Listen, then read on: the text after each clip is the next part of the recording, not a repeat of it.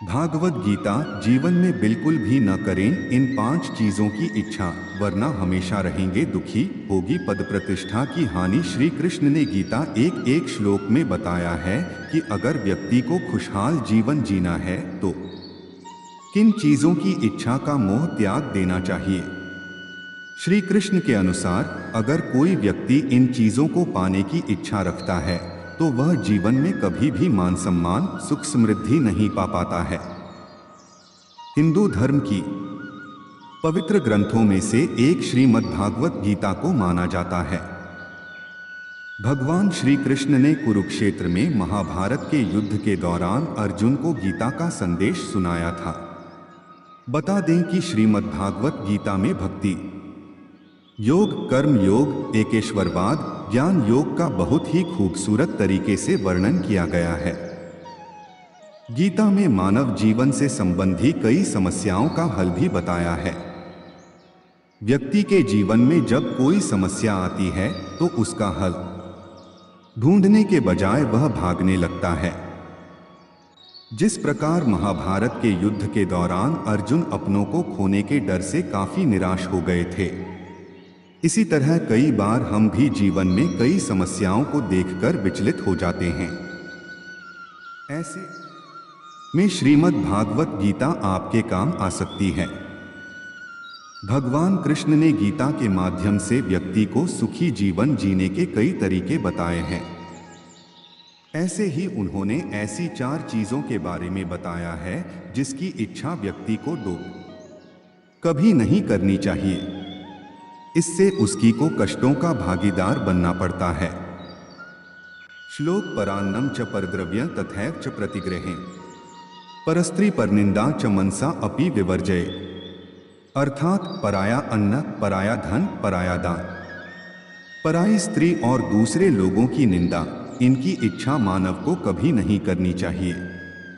पराया अन्न श्री कृष्ण कहते हैं कि व्यक्ति को अगर अपना या फिर घर के सदस्यों का पेट भरता है तो खुद मेहनत करते कमाए गए पैसों से खरीद कर भरें।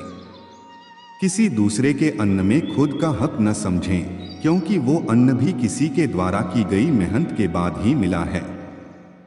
ऐसे में अगर आप पराया अन्न की इच्छा रखते हैं, स्वास्थ्य पर अच्छा असर नहीं पड़ता है। पराया धन कभी भी दूसरे को धन को अपना नहीं समझना चाहिए। अगर आपने किसी का धन छल से ले लिया है तो उससे कई गुना अधिक चुकाना पड़ सकता है। यह धन स्वास्थ्य, शिक्षा या फिर किसी अन्य तरह से खर्च हो सकता है। पराया दान हिंदू धर्म में दान का विशेष महत्व है।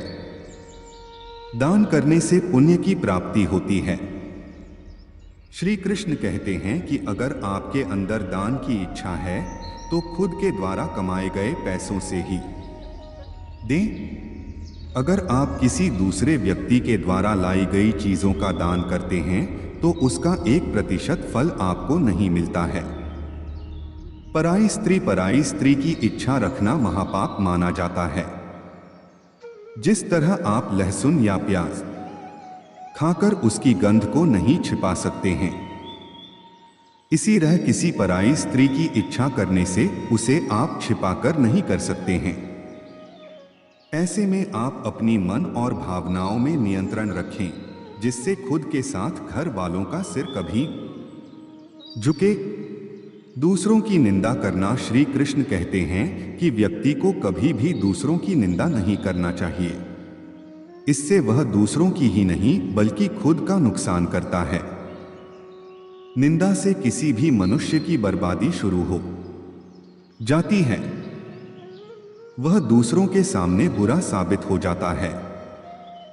इसके साथ ही उसके ऊपर किसी भी तरह का विश्वास, प्रेम नहीं रखते हैं।